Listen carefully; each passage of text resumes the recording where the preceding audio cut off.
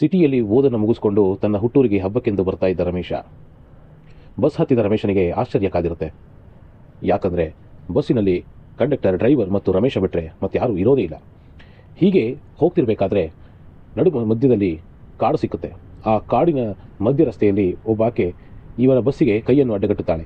ಆಗ ಕಂಡಕ್ಟರ್ ಡ್ರೈವರ್ಗೆ ಹೇಳ್ತಾನೆ, ಮಂಜಣ್ಣ ನಿಲ್ಲಿಸ್ಬೇಡ, ಬಸ್ಸು ಯಾಕೆ ಬೇಕು, ಮೊದಲೇ ಕಾಡು, ಅದೇನೋ ಏನೋ ಬೇಡ ಕಣಪ್ಪ, ನಿಲ್ಲಿಸ್ಬೇಡ ಅಂತ ಹೇಳುತ್ತಾನೆ.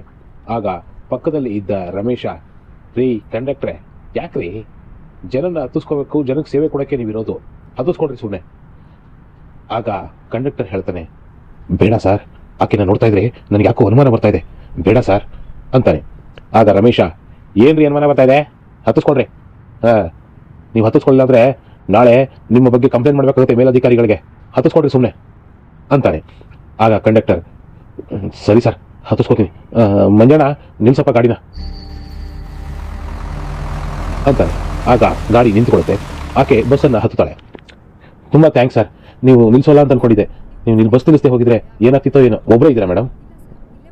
ಹಾಗಲ್ಲ ಸರ್, ಇಲ್ಲಿ ಫಂಕ್ಷನ್ ಇತ್ತು, ಹೋಗಿದ್ದೆ, ಅಲ್ಲಿ ಲೇಟ್ ಆಗಿಬಿಡ್ತು, ತುಂಬ ಥ್ಯಾಂಕ್ಸ್ ಸರ್ ಅಂತ ಹೇಳಿ ಹಿಂಬದಿಯ ಸೀಟಲ್ಲಿ ಹೋಗಿ ಕೂತ್ಕೋತಾಳೆ. ಹೀಗೆ ಬಸ್ ಮುಂದೆ ಹೋಗ್ತಿರ್ಬೇಕಾದ್ರೆ ಸಡನ್ ಆಗಿ ಆಕೆ ರಮೇಶನ ಕುತ್ತಿಗೆಯನ್ನು ಹೆಚ್ಚೋದಕ್ಕೆ ಶುರು ಮಾಡ್ತಾಳೆ.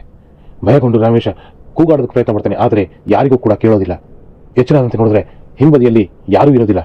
ಏನಿದು, ನನ್ನ ಪ್ರಮೇನ ಅಂತ ಅಂದ್ಕೊಳ್ಳೋಷ್ಟರಲ್ಲಿ ಕಂಡಕ್ಟರ್, ನಿಮ್ಮ ಸ್ಟಾಪ್ ಅಂತು ಸರ್ ಅಂತಾನೆ.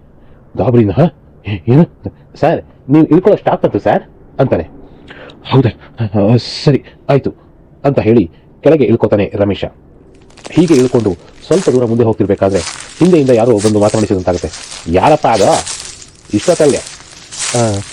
ಆಗ ಹೇಳ್ತಾನೆ, ನಾನು ರಮೇಶ ಅಂತ, ಇದೇ ಊನೋನು, ಹಬ್ಬ ಇತ್ತಲ್ಲ ಹಾಗಾಗಿ ಬಂದಿದೆ. ಆಗ ರೈತ, ಹಬ್ಬ ಇನ್ನೂ 10 ದಿನ ಆದಲ್ಲಪ್ಪ, ಇಷ್ಟು ಬೇಗ ಬಂದಿದೆಯೇ?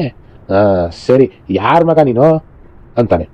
ಆಗ ರಮೇಶ, ನಾನು ಶಂಕರಪ್ಪನವ್ರ ಮಗ, ಸಿಟಿಗೆ ಓದೋದಕ್ಕೆ ಹೋಗಿದ್ದೆ, ಓದ್ ಮುಗೀತು, ಹಾಗೆ ಹಬ್ಬ ಬೇರೆ ಹತ್ರ ಬಂತಲ್ಲ, ಹಂಗಾಗಿ ಬಂದ್ವಿ. ಓ, ಶಂಕರಪ್ಪನ ಮಗನಾ? ಸರಿ ಸರಿ ಸರಿ, ಹೋಗು ಮಗ, ಹುಷಾರಾಗಿ ಮನೆ ಸೇರ್ಕೊ, ಈ ರಸ್ತೆ ಬೇರೆ ಸರಿಗಿಲ್ಲ. ಹುಷಾರಾಗಿ ಹೋಗು ಮಗ, ನನಗೆ ಹೊಲತ್ತೋ ಕೆಲಸ ಆದೆ, ನಾವು ಕೆಲ್ಸಕ್ಕೆ ಹೋಗ್ಬೇಕು, ಹೋಗು ಮಗ ಹುಷಾರಾಗಿ ಅಂತ ಹೇಳಿ ಇಬ್ಬರು ವಿರುದ್ಧ ದಿಕ್ಕಿನಲ್ಲಿ ಹೋಗ್ತಾರೆ. ಹೀಗೆ ಹೋಗುತ್ತಿರುವಾಗ ಮಸುಕು ಮಸುಕಾಗಿರೋ ಹೊಗೆಯ ರೂಪದಲ್ಲಿರುವುದರಿಂದ ಒಬ್ಬಳು ಹೊರಬರ್ತಾರೆ. ಗಾಬರಿಯಾದ ರಮೇಶ, ಯಾರಿದು ಅಂತ ಕೇಳ್ತಾನೆ. ಆಗ ಆಕೆ ಹೇಳ್ತಾಳೆ, ರಮೇಶ, ನಾನು ನಿನ್ನ ಸಾವು. ಏನಿದು, ಯಾರು ನೀವು, ಏನ್ ಹೀಗೆ ಹೇಳ್ತಾ ಇದ್ದೀರಾ? ನಿನ್ನ ಬಸ್ಸಲ್ಲಿ ನೋಡ್ದಲ್ಲ, ನಾನು ಅಂತ, ಅಲ್ಲೇ ನಿನ್ನನ್ನು ಕೊಲ್ಲಬೇಕಾಗಿತ್ತು, ಆದ್ರೆ ಇಲ್ಲ, ನಾನು ಸತ್ತ ಜಾಗದಲ್ಲೇ ನಿನ್ನನ್ನು ಕೊಲ್ಲಬೇಕು ಅಂತ ಸುಮ್ಮನಾದೆ. ಇದೇ ಜಾಗದಲ್ಲಿ ನಿಮ್ಮ ಅಪ್ಪನಿಂದ ನಾನು ಸತ್ತದ್ದು, ಹಾಗಾಗಿ ನಿನ್ನನ್ನು ಇದೇ ಜಾಗದಲ್ಲಿ ಕೊಲ್ತೀನಿ. ಏನು ಹೇಳ್ತಾ ಇದ್ದೀರಾ? ಇಲ್ಲ ಇಲ್ಲ ಬೇಡ ಅಂತ ಕೂಗಾಡ್ತಾನೆ.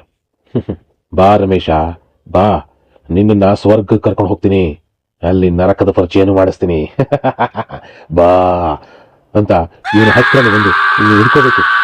ಇವನು ಜೋರಾಗಿ ಕಿರುಚುತ್ತಾ ಕೆಳಗೆ ಬಿದ್ದಿರ್ತಾನೆ. ಮುಂದುವರಿಯುತ್ತೆ. ಸ್ಟೋರಿನ ಮುಂದುವರಿಸೋದಕ್ಕೆ ನಿಮ್ಮ ಕಾಮೆಂಟ್ಗಳ ಮುಖಾಂತರ ಪ್ರೋತ್ಸಾಹ ನೀಡಿ ಅಂತ ಕೇಳ್ಕೊತೀನಿ. ಇದು ನನ್ನ ಮೊದಲ ಕಥೆ. ಧನ್ಯವಾದ.